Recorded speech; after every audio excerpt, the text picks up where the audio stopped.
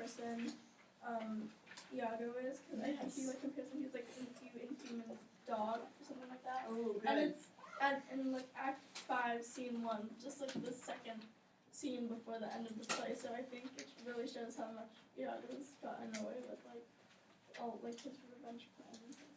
Definitely. I mean, all the way to the end. Oh, I mean, he almost gets away with it. Only Cassio had died, right? Okay, he might have actually gotten away with it. Julie?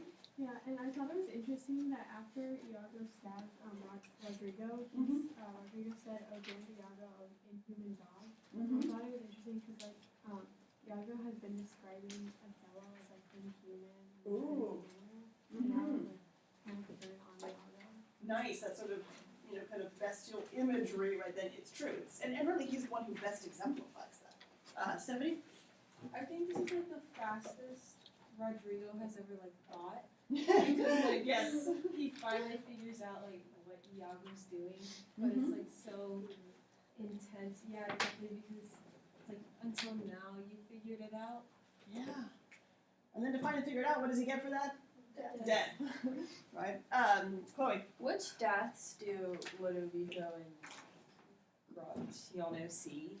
So they don't see, they don't see anything, but they hear this scuffle between Okay. Cassio and Rodrigo, right? Because Cassio starts, yelling, "Murder! Murder!" Right? And so that's when kind of people start, paying attention. So they come over and they find Cassio, but Cassio's not dying, but he's been severely injured. It's Iago who slices the back of his leg, right? And so they find him, but he doesn't know who did that, right? He assumed it was this person he was fighting. And then they find Rodrigo there as well. Who, he's not dead yet, and then Iago goes over and finishes him off. Do they see Amelia?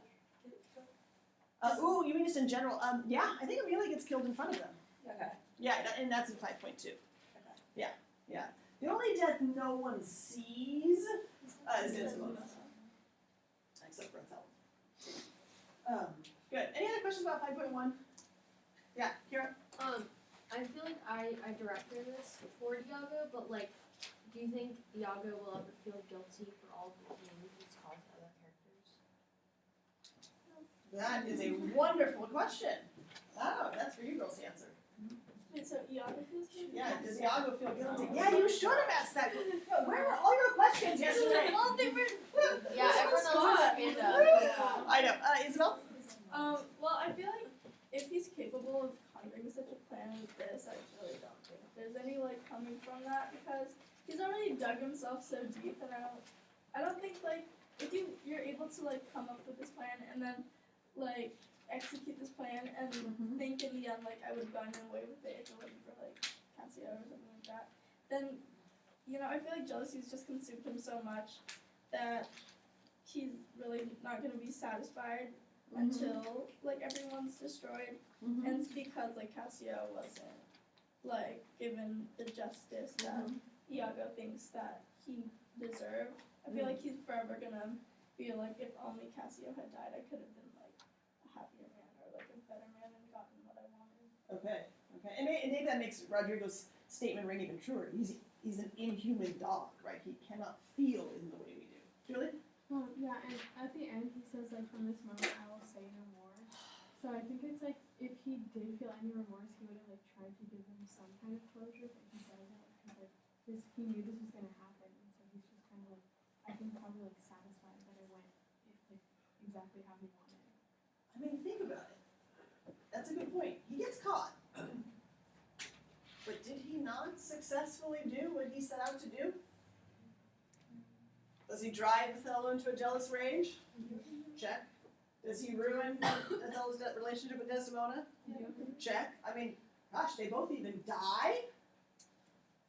How wonderful for Iago, right? So he might get captured, but he does achieve, ultimately, his goal. And what kind of statement does that make, right? Stephanie? I also noticed that Cassio never realizes who's like attacking him in both scenes. Like, it's Rodrigo who's attacking Oh, him, right. and he never remembers, which kind of adds into Iago's plan. Because like if Cassio remembered, then he would have been able to describe like Rodrigo, and he wouldn't have been like put down from the position of lieutenant or like any of that would happen. Okay, interesting. Good point. Gabrielle? curious, like, since like most people are dead and what Iago's gonna do next. I don't know. Now, what do they say is they're gonna do with him? I think Radiano says, well, you haven't read that part, but you maybe remember from watching it. Pretty much put him in jail, right? I think, yeah, they're gonna put him in jail, and I think they basically, Lodovico at the end, I mean, the final lines of the play, right, says to Cassio, right, to you, Lord Governor, right, remains the censure of this hellish villain, the time, the place, the torture, oh, enforce it, right, myself was straight born. So basically they say, whatever you want to do to him, do it, right? You have sort of the support of Venice in whatever punishment you decide to give Iago. So, and that's kind of what the play is left with. So we don't know exactly, right, what will happen. But I'm going to read, but let's go back actually to his final lines that Julie brought up, and then we're actually going to call it a day, and we'll cover some of Othello's speeches next class. Line 300, it's on page 215. And it's sort of interesting that think about kind of what Iago's most powerful, right, weapon is throughout the play, right? And then he says to them, or they ask, like, why have you done this? Demand me nothing. What you know, you know. From this time forth, I never will speak word. Very interesting final statement. Natalia?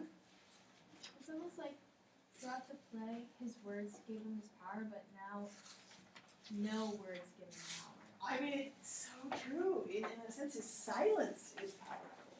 Isabel? Yeah, I feel like that's kind of like his last, like the last thing he can do, because like he thinks like, oh yeah, I'm so smart, I've gotten away with all of this, and now I'm not gonna tell you how I did it. So it just makes them so much more like in the dark and I don't know, it makes them like forever wonder why he did it, and it's kind of like what Shakespeare did with the play as a whole. We don't know, like we know how he did it, but we don't know like the real reasons why he did it. So. Yeah, it's all really still shrouded in mystery. Good. Okay, so let's stop here because I want to go over your test and then pass back the timed essays as well. I'm actually going to be good and save time for that. Let's see what I want you, because we want to look at Othello's big soliloquies or speeches on Monday, and that will kind of wrap us up. Why don't you read? You read to 85, right? Yeah. Let's see. Oh, you might as well read. You should read the exchange between Desdemona and Amelia, because that was not in the production yesterday. Read to line. Oh, gosh, Amelia is so good in these scenes. Let's say, do we want to read? We don't need to read all the way to the end because there's just some other nonsense. We can read Othello's final speech together. Why don't you read to where Amelia dies? Page 211. I heard you yell. I was like, that's a good idea. So you see where it says she dies? On 211? So you can stop right there. Because then we don't need all the other stuff, but then we will look at a couple of Othello's final statements together. Sound good? Yeah. Sound doable? Okay. Another thing I'm going to give you, and then we'll talk about this in class. This should be kind of a fun exercise if I can find it. So I have some final scene statements here, right? So that, now that we've read the whole play, just some kind of, statements about sort of what the play is about, maybe what its purpose is, what the ending of the play does for us. So there are 10 statements. You need to rate them 1 through 10. Okay, 1 being the statement you most agree with, okay, on the sheet, and 10 being the statement that you least agree with. You cannot double up on numbers, okay? You have to make a choice. Okay, so do that for Albert too. That should be kind of one thing. 1 being the statement you most agree with, 10 being the statement that you least agree with, and then we'll fold this into our discussion on Tuesday. Okay, while we're talking about homework, what I'm going to post as well on IMIS, and I'm just kind of figuring out the last bits of it. I'm going to put some themes on IMIS, and it's going to be nothing, it's themes and topics we've been talking about in the play.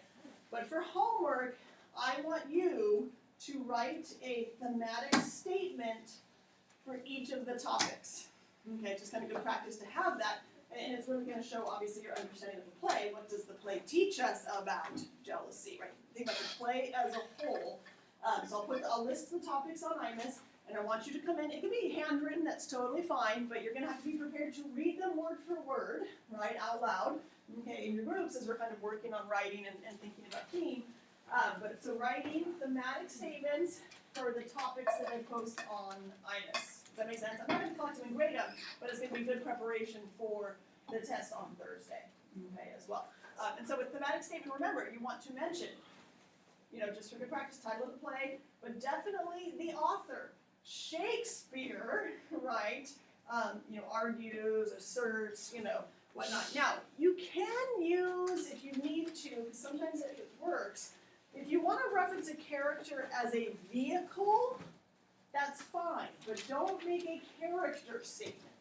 Does that kind of make sense? Because this is where, in terms of that time to essay too, I noticed this is where we're struggling, maybe the difference between character statements and theme statements.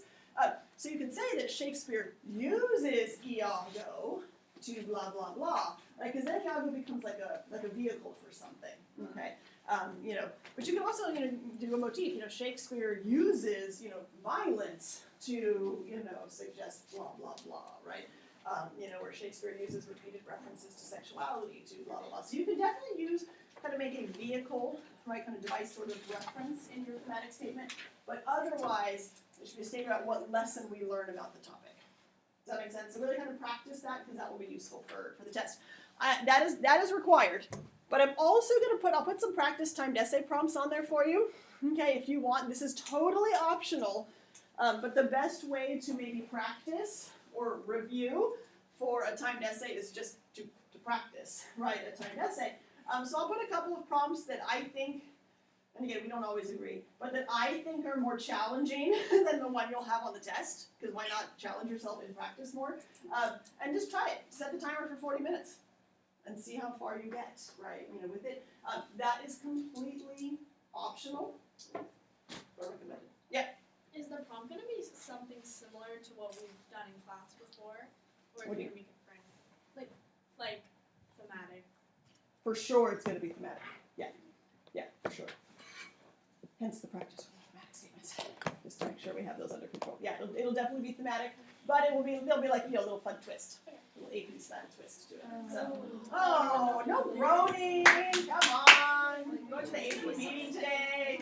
Either you're on board or you're not. Okay.